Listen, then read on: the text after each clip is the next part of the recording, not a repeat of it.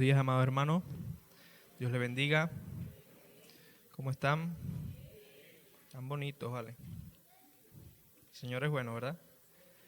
Gracias a Dios porque nos permitió una mañana más congregarnos, los hermanos que están acá, los amigos, que sean bienvenidos. El Señor es bueno y para siempre es su misericordia. Ese salmo quedó ahí plasmado, porque no olvidemos que para siempre son las misericordias de Dios. Hemos estado estudiando las características de una iglesia establecida. Hoy vamos a cerrar con una característica que tiene que ver con la visión reproductora también. Usted dice, bueno, hermano, pero vamos a hablar como 5 veces de la visión reproductora. Hermano, es que hay mucho que decir de esta cualidad de la iglesia. Y en la Biblia vemos enseñanzas, órdenes al respecto y vemos también ejemplos. Y pensando en esta característica de la visión reproductora, en el tema que vamos a tratar hoy específicamente, pensaba en un personaje que es conocido, un personaje cristiano del siglo XVII, se llama John Wesley. Él nació en 1703 y murió en 1791. Él fue un reconocido personaje cristiano. Él fue un teólogo británico, también fue clérigo de la iglesia anglicana. Y cuando él creyó, cuando él se convirtió al cristianismo, él se convirtió en uno de los más importantes predicadores itinerantes. Un predicador itinerante es alguien que salía y no predicaba dentro de las parroquias, sino que salía a la calle y predicaba en la calle, en las esquinas. Lo escuchaban las personas con más necesidad, iba a las partes menos famosas o donde había muchas personas de la gente común y predicaba. Y su alcance en esos lugares fue bastante importante. Tanto así que la iglesia anglicana en un momento le dijo, mira, tú no puedes identificarte como un clérigo anglicano, no puedes. Porque en ese momento la predicación solamente tenía que ser dentro de la parroquia. Llegó un momento donde él dijo una frase en un sermón y eso se acuñó a él. Y él dijo, el mundo es mi parroquia.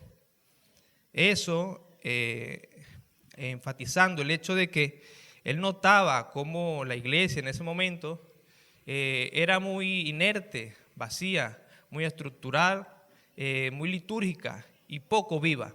En su tiempo de conversión, él experimentó una llama en su corazón. Él conoció a Cristo y fue a la calle a llevar el evangelio. Dice que su aporte en ese momento de la historia fue importante. Él aportó en lo que tiene que ver con la abolición de la esclavitud en ese momento.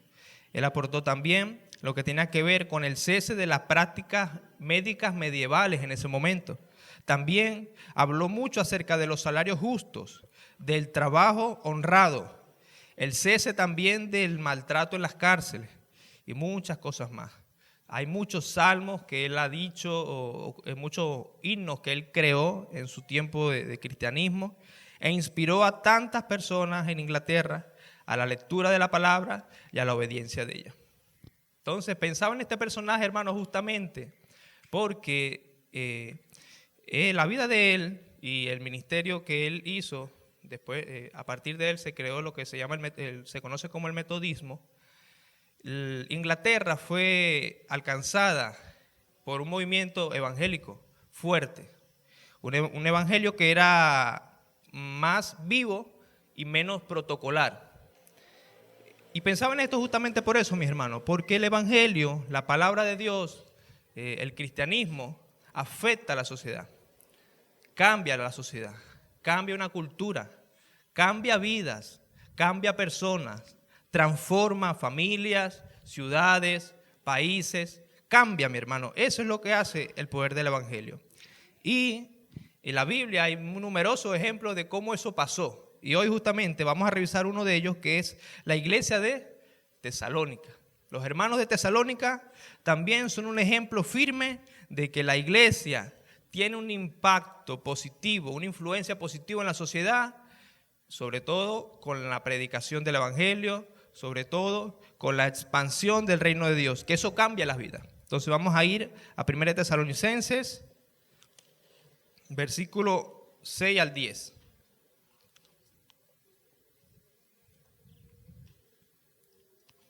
(6 al 10).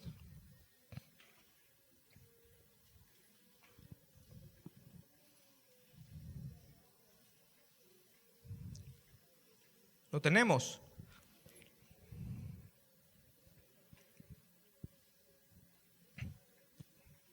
Ok, leemos entonces. Y vosotros vinisteis a ser imitadores de nosotros y del Señor, recibiendo la palabra en medio de gran tribulación, con gozo del Espíritu Santo, de tal manera que habéis sido ejemplo a todos los de Macedonia y de Acaya que han creído. Porque partiendo de vosotros ha sido divulgada la palabra del Señor, no solo en Macedonia y Acaya, sino que también en todo lugar vuestra fe en Dios se ha extendido. De modo que nosotros no tenemos necesidad de hablar nada, porque ellos mismos cuentan de nosotros la manera en que nos recibisteis y cómo os convertisteis de los ídolos a Dios, para servir al Dios vivo y verdadero, y esperar de los cielos a su Hijo, al cual resucitó de los muertos, a Jesús, quien nos libra de la ira venidera. Wow. Y yo leo este texto y una de las cosas que más me llama la atención es que Pablo dice que nosotros ya no tenemos necesidad de hablar nada, porque se le adelantaron los tesalonicenses. Entonces, hermano, esta historia, lo que acabamos de leer, es una carta de Pablo a una iglesia joven. La carta de Primera de Tesalonicenses es una de las cartas más tempranas. La primera carta que Pablo envió a una iglesia que él fundó es esta. Podemos leer cuándo fue la fundación de esta iglesia. Esta iglesia fue fundada ahí en Hechos 17. Nos habla que Pablo y Silas estuvieron ahí en Tesalónica al menos 3 días de reposo. 3 días de reposo son 3 semanas, por lo mínimo, ¿verdad? Estuvieron ahí enseñando en la sinagoga y creyeron muchas mujeres importantes y muchos griegos también. A la vez que ahí en Hechos 17 se menciona que había muchos judíos celosos porque había muchas conversiones. Cuando Pablo predicó y enseñaba acerca de Cristo, mucha gente creyó, pero también había gente celosa. Los judíos se encendieron en celos e hicieron una turba, un alboroto. Y empezaron a decir, no, ¿qué es este mensaje que está predicando Pablo y Silas? Y fueron a los gobernantes y dijeron, mira, estos trastornan nuestra ciudad con una enseñanza de que el Cristo ahora es el rey y no el César. Esto no es así. Entonces, Pablo y Silas se escondieron y un hermano llamado Jasón, que era creyente, que los tenía guardados en su casa, tuvo que pagar una fianza para que no lo metieran preso a él. Dice que en la noche los hermanos agarraron a Pablo y a Silas y los enviaron a Berea. Y ese fue todo el tiempo que Pablo y Silas estuvieron ahí, en Tesalónica. 3 semanas expusieron la palabra y luego Pablo se fue de allí. Pasó a Berea, pasó a Atenas y siguió su camino. Pero Pablo quedó sin saber qué había pasado con esta iglesia. Capítulo 18 de Hechos nos habla de que Pablo envió a Timoteo, anda, regrésate a Tesalónica, a ver qué pasó con los hermanos. Porque ellos creyeron, pero y ahora que 3 semanas y no pasó más nada. ¿Qué pasó con ellos? Y esta respuesta, cuando Timoteo vuelve a darle respuesta a Pablo de lo que había pasado con esta iglesia, esta fue la reacción de Pablo. Es una acción de gracias. Dice en el versículo 2 de este capítulo 1 de Tesalonicenses, dice, damos siempre gracias a Dios por vosotros, haciendo memoria de vosotros en nuestras oraciones, acordándonos sin cesar delante de Dios, del Dios y Padre del Dios y Padre nuestro, de la obra de vuestra fe, del trabajo de vuestro amor y de vuestra constancia en la esperanza de nuestro Señor Jesucristo. Y él alaba al Señor y se acuerda de los hermanos y ve todo el ejemplo que ellos habían sido en esas regiones, en Macedonia y Acaya. Hermano, esta iglesia de Tesalónica era una iglesia primero joven, no tenía mucha trayectoria. Probablemente, lo más seguro, que ellos no tenían un liderazgo establecido. Ellos no tenían pastores, obispos, diáconos, nada de eso. Porque vemos que Pablo da esas órdenes mucho tiempo después en Primera de Timoteo y a Tito. Esta es la primera carta que Pablo le envía a ellos. Aquí no le habla a los pastores, no le habla a los ministros, no. Él le habla a los hermanos. Es una iglesia joven con un liderazgo quizás no establecido, no sabemos quiénes eran sus líderes. Era una iglesia imperfecta, tenían algunas dudas acerca de cómo iba a ser la resurrección, la venida del Señor, y era una iglesia que afrontaba persecución, pero Pablo dice que es una iglesia ejemplo. ¿Qué le parece eso?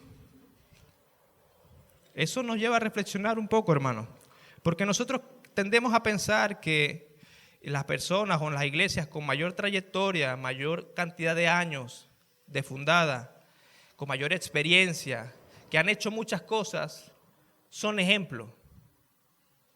Pero realmente cuando vemos lo que Pablo menciona acá, a esta iglesia tan joven, Pablo dice que ellos, con las cualidades que vamos a ver hoy, son ejemplos para nosotros hoy.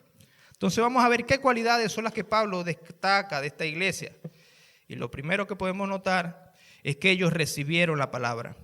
En el versículo 6 dice: y vosotros viniste a ser imitadores de nosotros y del Señor, recibiendo la palabra en medio de gran tribulación. Ellos recibieron la palabra. En el versículo 9 también dice: porque ellos, los macedonios, cuentan de nosotros la manera en que nos recibisteis. En el capítulo 2, versículo 13, Pablo, hablando acerca de su trato con él, dice: por lo cual también nosotros sin cesar damos gracias a Dios de que cuando recibiste la palabra de Dios que oíste de nosotros, la recibiste no como palabra de hombre, sino según es en verdad la palabra de Dios, la cual actúa en vosotros los creyentes.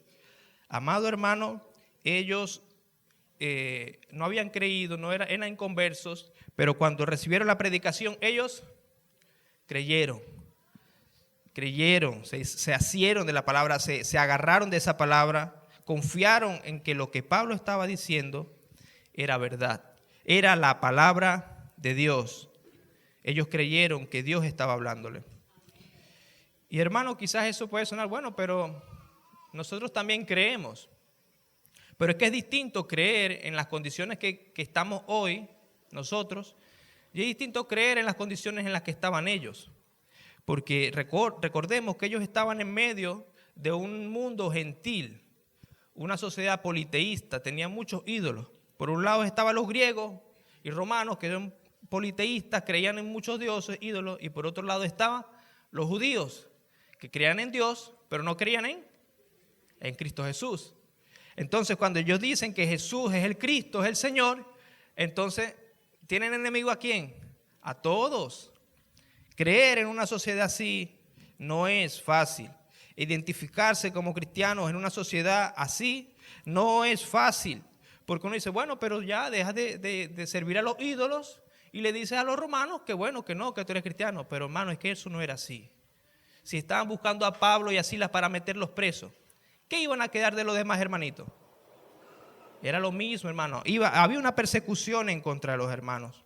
Asimismo, vemos que la religión, la idolatría de los griegos afectaba toda su vida, todas sus costumbres, su trabajo, sus relaciones familiares. Y ahora ellos siendo creyentes, ellos debían parar con eso.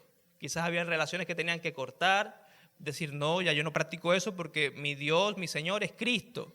Y eso cambia. Tú estás acostumbrado a una vida, estás acostumbrado a cenar para la diosa X, pero ya no voy a comer esa comida porque eso es sacrificado para la diosa X. Ah, ok.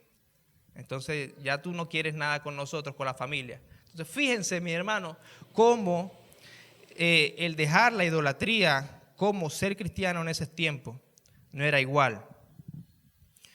Pero, hermano, lo que nos dice la palabra es justamente es que ellos hicieron eso. Recibieron la palabra con gozo en medio de gran tribulación. Y nosotros podemos ver cómo las iglesias hoy en día, muchas son reconocidas por su trabajo con los hombres, algunas son reconocidas por su trabajo con las mujeres, con los niños, con el evangelismo, otras son reconocidas por su conocimiento, por la música que tienen quizás también, que es muy buena. Otras son reconocidas también por sus líderes. Nosotros escuchamos, bueno, ¿la iglesia de quién? John MacArthur, un ejemplo. ¿La iglesia de qué? De Tolopilo. La iglesia de X, predicador. Pero esta iglesia no fue reconocida por eso. Esta iglesia fue reconocida porque ellos recibieron la palabra y fueron ejemplo a otras iglesias.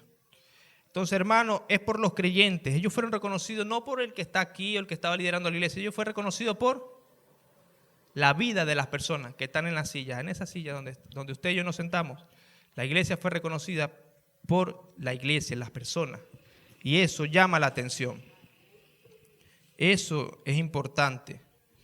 Ellos divulgaron la palabra. Y es que divulgar, lo que dice en el versículo 8, partiendo de vosotros, ha sido divulgada la palabra del Señor. Ese divulgar es una expresión que en su original es hacer resonar, hacer eco. Ellos hicieron resonar la palabra. Y ese hablar, divulgar de la palabra era una evidencia de haber creído. Cuando uno ha creído, uno empieza a hablar de lo que ha creído con convicción. No es que Cristo sí ama, sí salva, sí perdona. ¿Por qué? Porque yo me siento perdonado, Él me perdonó. Aquí lo dice la palabra, Él me lavó. Y uno habla con convicción. ¿Por qué? Porque eso fue lo que le pasó a uno. Yo no estoy hablando de lo que le pasó a otro. Ellos hablaban con convicción, divulgaron la palabra. No sabemos cómo salió esa palabra. No sabemos si fue un evangelismo relacional, como lo escuchamos el domingo pasado. No sabemos si fueron 2 o 3 hermanos que empezaron a ir a Acaya y a Macedonia. Vamos a hacer pequeños viajes misioneros a llevar la palabra. No sabemos, pero la palabra salió, fue divulgada. Hermano, no importa la forma. La palabra de Dios debe ser divulgada. Debe resonar, hacer eco en la comunidad. Este sermón, la palabra de Dios debe seguir haciendo eco hacia afuera, hacia la comunidad, hacia nuestra casa. La palabra debe seguir haciendo eco, debe resonar. Y eso fue lo que hicieron los tesalonicenses. Es impresionante, hermano. Ellos eran como nuevos creyentes. Ellos salieron de allí a llevar la palabra. Y dice que es de Macedonia y Acaya. Macedonia estaba al norte de Tesalónica y Acaya estaba al sur, totalmente al sur. Lo que dicen los estudiosos es que toda esa zona ellos la abarcaron con la palabra. Y estaba Berea, estaba Atenas, estaban todas esas ciudades ahí adentro. Y ellos ahí divulgaron la palabra. Ahora, ¿está resonando la palabra de Dios partiendo de nosotros? ¿La palabra de Dios está resonando partiendo de nosotros? ¿Estamos haciendo eco nosotros de esa palabra? ¿Estamos hablándole a otros de esa palabra? Esa palabra, hermano, la palabra de Dios, lo que hizo Cristo en nuestras vidas y lo que hizo Cristo en la historia, debe resonar. Ese es el llamado, eso es lo que vemos en esta iglesia. Ellos creyeron y empezaron a predicar. Y esa es la primera característica que nosotros vemos. Allí ellos recibieron la palabra. Lo segundo que vemos en el versículo 9, en el versículo 9, sí.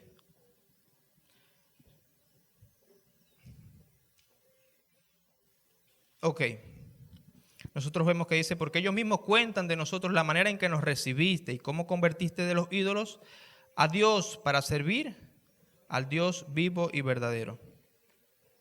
Hermano, se nota que la fe que ellos profesaban no era una fe sola, no era solamente contenido.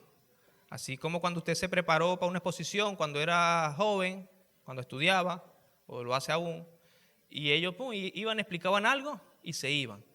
Su predicación, su proclamación no era solo contenido, no estaba sola, sino que iba acompañada de una vida coherente.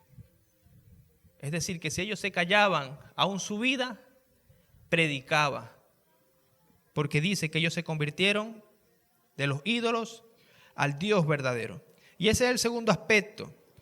Hay una necesidad hoy en día de que la iglesia experimente, viva una vida de santidad, se convierta cada día de esos pecados, de esas luchas, que luzca más como el Señor y como el Evangelio. Eso beneficia en la proclamación. Eso es luz.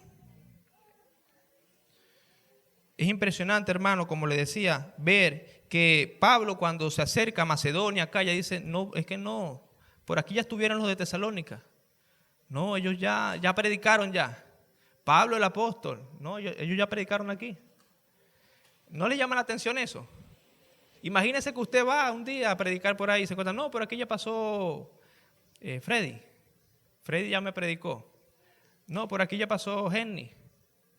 Por aquí ya pasó Henry. Él me predicó, yo sé que Cristo es verdad, Él existe. Por aquí pasó, y así de cada uno de nosotros. No, es que ya ellos me hablaron del Señor. Verdaderamente, sí. O sea, eso, hermano, es tremendo. Dice, bueno, no tengo nada que decir. No me expliques más nada porque ya Él me lo explicó. Yo sé el mensaje. Eso es lo que estaba pasando en Acaya, en Macedonia. No, los hermanos, ellos creyeron, nosotros sabemos quiénes son los cristianos. Ellos lucen como Cristo, ellos son cristianos, nosotros lo vimos y lo escuchamos. La conversión de estos hermanos de Tesalónica, hermano, era una predicación andante. Ellos se convirtieron de los ídolos, dejaron la idolatría, y esa dejar la idolatría no era fácil. No era solamente romper los yesos y ya. Era cortar con costumbres de su familia, en su trabajo. Implicaba también que lo iban a meter preso si seguían. Pero ellos decidieron dejar los ídolos y adorar al Dios vivo, como dice el versículo 9. Hermano, la conversión, la vida santa, es un sermón. Y nosotros sabemos todo el daño que hace la impiedad entre los cristianos al momento de predicar. Nosotros sabemos todo el daño que hace una persona que dice ser cristiana, pero no anda según la fe. Porque cuando vamos a predicarle a una persona, dice, no, pero para ser cristiano como él, prefiero quedarme en el mundo. Nosotros sabemos que el evangelio, se habla mal del evangelio, no por el evangelio como tal, sino por personas que diciendo que son cristianos, no viven como Cristo. Eso afea el evangelio, no lo adorna. Eso hace que hable más del Señor Jesucristo. Y Pablo estaba consciente de esa realidad. Y él alaba a esta iglesia porque ellos se convirtieron de los ídolos para servir al Dios verdadero. El mundo veía que eso era así. Ya él no es mentiroso, ya él no es idólatra, a él adora un solo Dios. ¿Qué se dice de nosotros hoy? ¿Se dice lo mismo que se decía cuando no éramos creyentes? Se dice, no, ya él no es así. Ya él no le grita a su esposa, no le grita a su esposo. Ya él no es mentiroso, ya él es honesto, él es distinto, él tiene una paz distinta. ¿Se dice eso de nosotros hoy? Wow. Ojalá que se diga eso, ¿verdad? Más y más, más y más. Pasa mucho en los predios, en la cárcel sobre todo, que los convictos, los malandros, pues como para decirlo en palabras más coloquiales, respetan a los creyentes de verdad. Cuando un malandro dice, pero tú eres varón, ¿pero eres varón de verdad o no? Para ver, háblame de la palabra. Ajá, para ver. ¿Y tu esposa? Ah, ok. ¿Y tus hijos? Ajá. Ah, y ahí sí da temorcito, ¿verdad? Hermano, es así. Las personas del mundo ven y respetan a cristianos verdaderos. Hermano, que la gente vea en nosotros un ejemplo que sea digno de imitar. Vea un sermón andante, no solamente nuestras palabras, sino que hablemos con nuestros hechos. Hay un dicho muy, muy común que dice, tus hechos hablan tan fuerte que no me dejas escuchar lo que dices. Lo que estás haciendo habla más fuerte de lo que dices. La gente ve ahora, hoy en día, es muy común escuchar mucho del evangelio, pero no verlo. El evangelio se escucha en las canciones, se escucha en sermones, se escucha en poemas, pero se ve el amor, se ve la misericordia, se ve la santidad, la piedad. O ahorita, bueno, yo soy cristiano, pero hago todo lo que quiera porque yo tengo una libertad en Cristo. Hermano, los cristianos lucen de una manera y lucen como Cristo. Y Pablo Pablo, él alaba a esta iglesia por todo eso, pero Pablo, consciente de esa realidad, Pablo le habla acerca de algunas áreas del carácter que deben ser consideradas. En el capítulo 4, versículo 3, él le habla acerca de la pureza. Dice, pues la voluntad de Dios es vuestra santificación, que os apartéis de fornicación, que cada uno de vosotros sepa tener su propia esposa en santidad y honor, no en pasión de concupiscencia, como los gentiles que no conocen a Dios. Hermano, él está diciendo a los creyentes que su vida debe ser distinta, ejemplar. Él le habla también de la honestidad en ese versículo que sigue, que ninguno agravie ni engañe a su hermano, porque el Señor es vengador de todo esto. El versículo 9 habla acerca del amor fraternal. Esta iglesia es una iglesia que amaba realmente, porque veamos lo que dice. Pero acerca del amor fraternal no tenéis necesidad de que yo os escriba, porque vosotros mismos habéis aprendido que os améis unos a otros.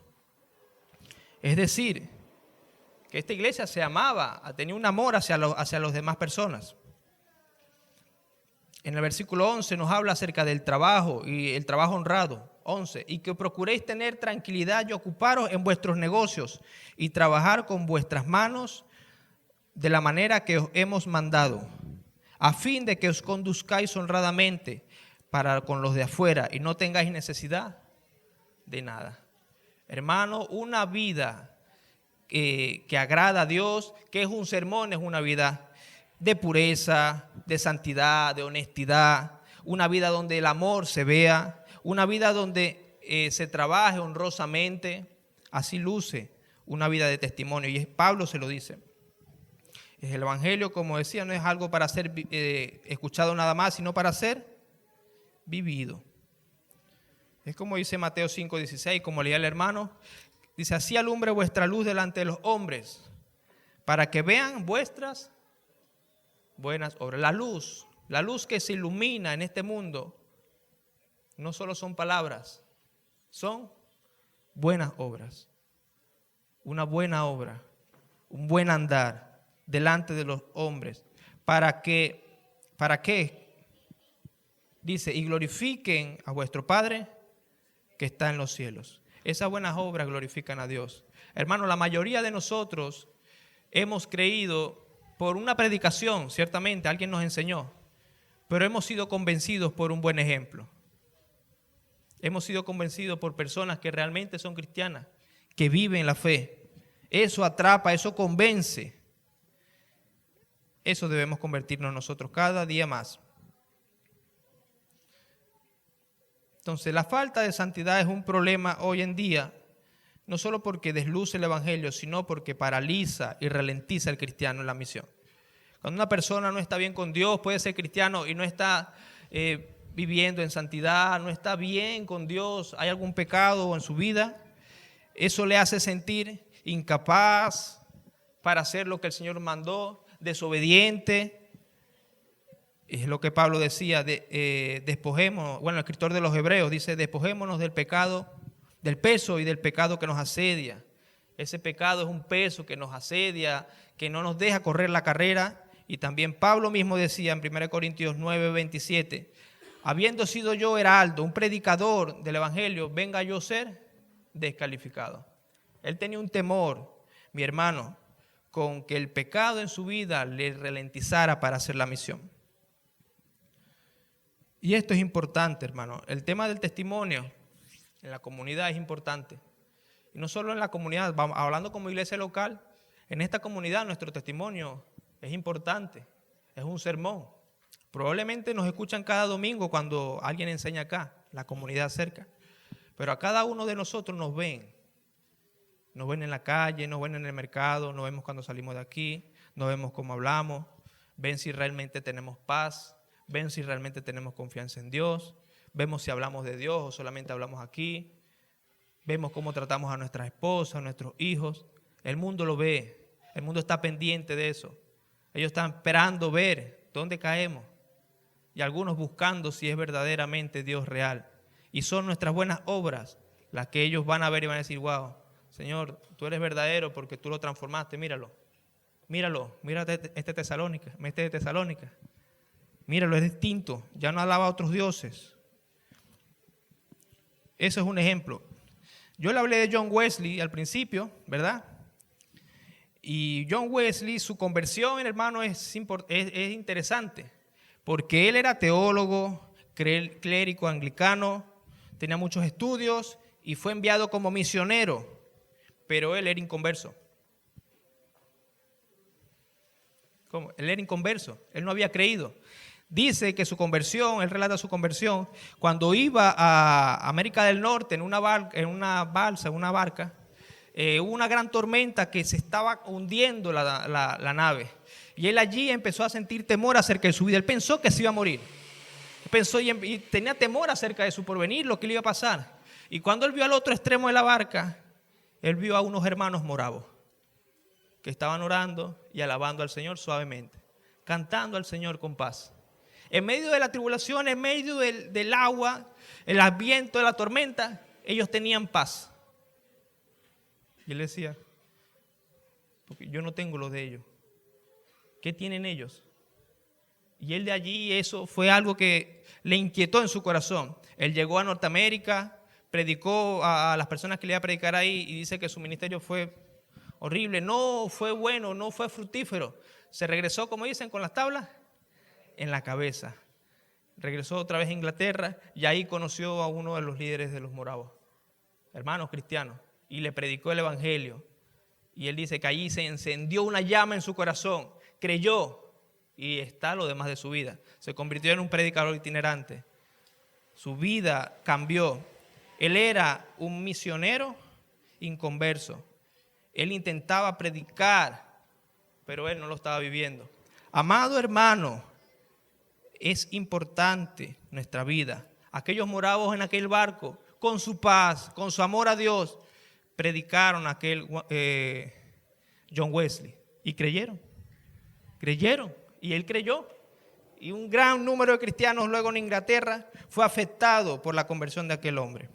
Eso es impresionante. Que nuestra vida sea así, un sermón. Nuestra paz, ¿verdad? Nuestra fidelidad a Dios. Nuestro rechazo al pecado. Es que yo no hago eso porque yo creo en un Dios santo. Un Dios que es justo. El tercer aspecto, ¿ya hablamos de qué? Del creer, ¿verdad? La convicción. Hablamos del segundo aspecto, ¿qué es?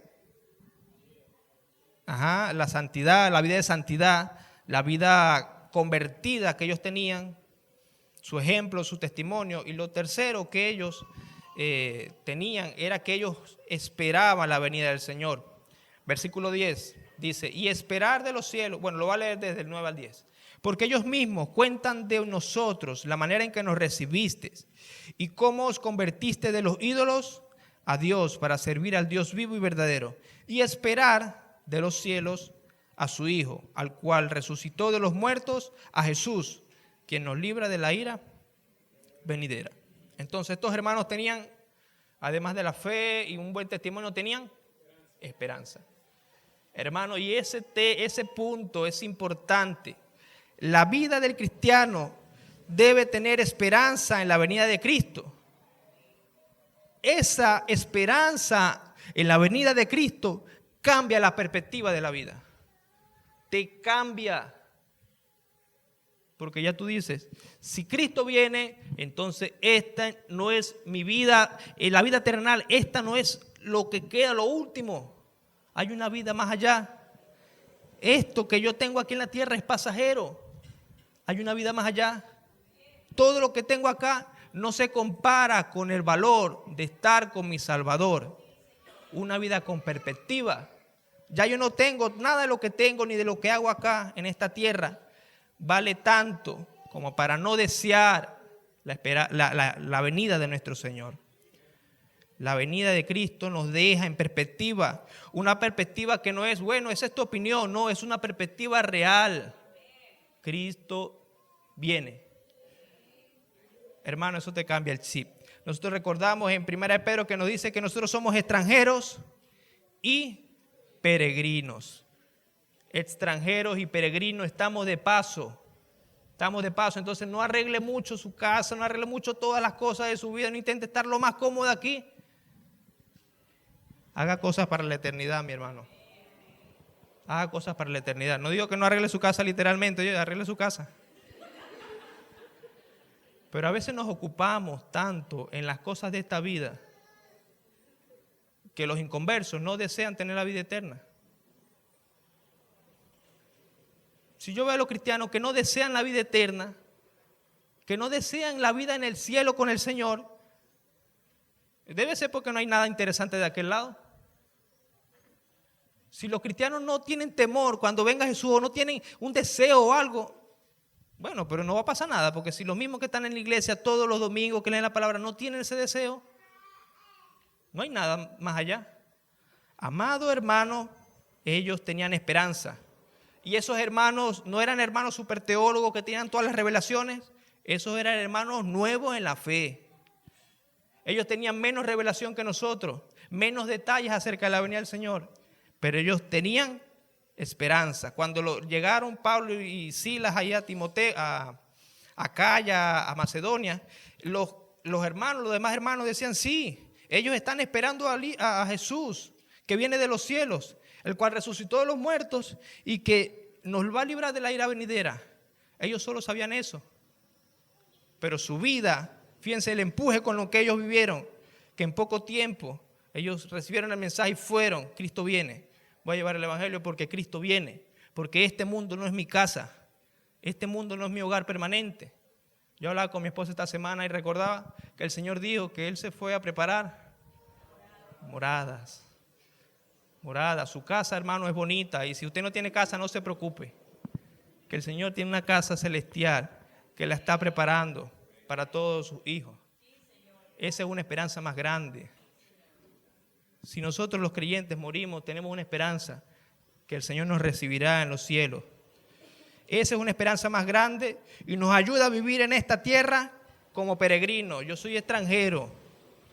Yo estoy de paso, estoy aquí haciendo algo, haciendo una misión. Mi misión es ser luz mientras el Señor me tenga en esta vida. Tal parece que la esperanza de hoy se ha esfumado. Estos días yo vi un señor en el Malaber que tenía un cartel que diga, Cristo viene. Yo tenía tiempo que no lo veía.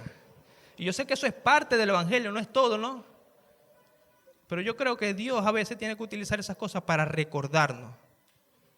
Cristo viene. Para el creyente debe ser una razón de gozo. Espero la venida del Señor, porque Él viene y Él me va a llevar con Él. Y yo mientras estoy aquí lo estoy esperando, haciendo lo que Él me mandó a hacer. Ahora, para alguien que no ha creído, esto es terrible. Esto debe causar temor, porque hay una ira venidera. Amigo, si tú no has creído, probablemente sientas temor en este momento. Porque el Señor viene a juzgar, a llevarse a sus hijos y a juzgar a las naciones.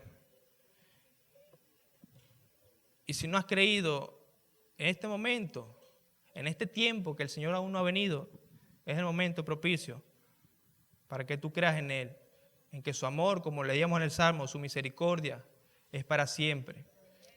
Que Él te ofrece el perdón de tus pecados, que Él te ofrece el perdón a través de lo que hizo Jesús y que eso te regala, te otorga una salvación, pero es necesario creer en Él. Es necesario, como los de Tesalónicas, dejar la idolatría, dejar todas esas cosas y poner tu fe únicamente en Jesús. Eso nos libra de la ira venidera. Esa sangre preciosa de Cristo que nos lava, nos otorga una salvación y una esperanza que es más grande que todo lo que hay en esta vida. Estamos de paso. Entonces aquellos que quizás dicen, bueno, pero no, yo me quiero casar primero antes de que venga el Señor para experimentar eso. Hermano, ¿qué vale más? ¿Lo que tú puedas experimentar en el matrimonio o lo que el Señor tiene preparado en los cielos? Tu estadía con Cristo. Y ahí es donde uno se empieza a dar cuenta, mi hermano, que uno a veces no desea mucho la venida de Cristo. Cuando empezamos a desear más las cosas de esta tierra y no la venida del Señor. Pero eso es un llamado de atención que nos ayuda a estar apercibidos, alerta, atentos, no nos distraigamos en esta vida. Hay una misión, somos extranjeros, somos peregrinos, somos luz. Vamos a llevar el evangelio, el mensaje, vamos a vivir el evangelio hasta que el Señor venga, que nos encuentre ocupados. Amén.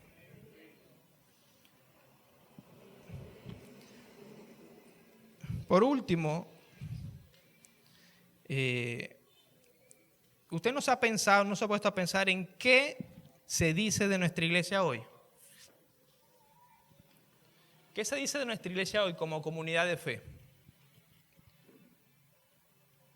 ¿Qué dirá quien pasa por la calle, por ahí? Los que están a nuestro alrededor. Y si lo que viene a su mente se parece a lo que decían de la iglesia de Tesalónica.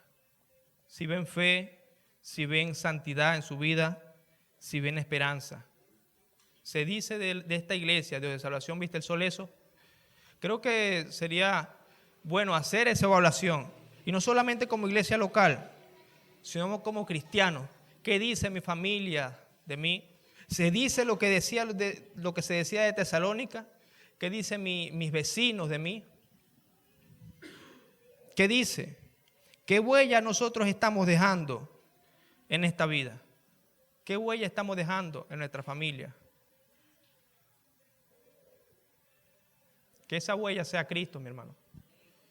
Que la gente recuerde lo que le dijimos, pero que más recuerde que nosotros vivimos lo que dijimos. Que era verdad. Que ellos vean y dicen, wow, sí, es verdad. El hermano dice que Cristo viene y es verdad, pareciera que sí lo desea. Sí, que hay que dejar el pecado y sí, pero es que Él ya no hace eso que me está diciendo. Que se vea, que se vea. ¿Qué huella estamos dejando? Y hay formas prácticas, hermano, como quizás nosotros podemos llevar a cabo esta enseñanza, porque tiene que ver con un impacto en la comunidad. A veces nosotros ni siquiera estamos pendientes de nuestros vecinos. Se muere un vecino o alguien cercano, ni llegamos allá. Y la Biblia dice que lloremos con los que lloran, ¿verdad? O un vecino o alguien cercano, un familiar está pasando hambre, y nosotros ni pendientes. Tranquilos en nuestra casa. O conocemos que tiene alguna necesidad o está estresado o algo, o Dios nos presenta la oportunidad y no aprovechamos. O simplemente estamos en nuestro mundo, como pasa comúnmente, y bueno, yo estoy en mi mundo y cada quien tiene sus problemas. Entonces el impacto en la comunidad, el impacto en los cercanos es leve, es muy poco. No se parece a lo que vimos en John Wesley y no se parece mucho menos, y que es lo más importante, no se parece a lo que vemos aquí en esta iglesia de Tesalónica. Hay un impacto, mi hermano, que podemos hacer. Hay una influencia que podemos hacer. Qué bueno sería que de nosotros se dijera, oye, sí, yo he escuchado la palabra, pero esta persona realmente la vive. Y yo respeto a esa persona porque vive la palabra y es un cristiano de verdad. Qué bueno sería. Eso honra el mensaje del evangelio, eso honra al Señor. Eso alaba al Señor, mi hermano, sin duda. Eso glorifica a Cristo. Cristo nos predicó con palabras y con ejemplo. Él fue a sanar a los necesitados, Él le dio al hambriento. Cristo lo hizo. El Señor nos ayude, mis hermanos, porque esto es una labor de día a día. Esto es una labor de cosas prácticas. De que están haciendo algo en mi calle, está pasando algo. ¿Yo cómo puedo colaborar? ¿Qué puedo hacer yo? Que se escuche nuestra voz de cristiano. Amén. Que divulgue, que esa palabra resuene así como los tesalonicenses. Amén. Nos vamos con ese ánimo. Señor, te alabamos. Levántese, mi hermano. Vamos a orar y a alabar al Señor por su palabra. Señor, te adoramos por tu palabra y vemos acá en este ejemplo, Señor, de esta iglesia de Tesalónica, cómo estos hermanos, Señor, no con su poder, no con su habilidad, no con su decisión, sino con el poder de tu Espíritu Santo, el gozo que tú le diste, la convicción que tú le diste, ellos obedecieron responsablemente y fueron a hacer lo que tú le llamaste. Señor, ayúdanos a tomar este ejemplo, Padre, hacer cosas prácticas, hablar de ti, a que resuene, Señor, tu palabra, a recordarle tu palabra a los inconversos, a recordar lo que tú dices, Señor, lo que tú piensas. Ayúdanos a ser distintos, Señor, a no permearnos, a no parecernos, Señor, a este mundo. Ayúdanos a acercarnos más, Señor, a ese varón perfecto en nuestro carácter. Perdónanos, Señor, cuando con nuestra actitud deslucimos tu evangelio. Cuando no somos honestos, honrados, Señor, santos en nuestra manera de ser, de vivir, de vestir, de hablar. Ayúdanos, Señor, a tener esa esperanza viva cada día, Señor. Aviva, Señor, como le pasó a Wesley, ese fuego, ese corazón, esa llama encendida en nuestro corazón. Por ti, por tu Espíritu Santo, por tu presencia, por hacer lo que tú nos llamaste, Señor. Que a fin de cuentas, Señor, el sermón que vean las personas sea nuestras palabras, pero sea nuestras vidas también. Te lo pedimos, Señor. Ayúdanos, Padre, porque lo necesitamos. Este trabajo, Señor, es un trabajo arduo, pero sabemos que con tu ayuda, Señor, la mesa de Guanipa, el Tigre, Señor, las personas que habitan a nuestro alrededor pueden conocer a un Dios verdadero. El Dios que nos amó y nos transformó, que nos sacó de las tinieblas a su luz. Te rogamos, Señor, que nos ayudes a hacer luz, nos ayudes a salir, Señor, de ese temor, de esa oscuridad, Señor, en la cual queremos a veces estar. Ayúdanos, Señor, a alumbrar, a iluminar nuestra ciudad, a hablar, a identificarnos como cristianos, Señor. Siempre, Señor. En el nombre de Jesús, te alabamos y te bendecimos. Amén. Denle un aplauso al Señor.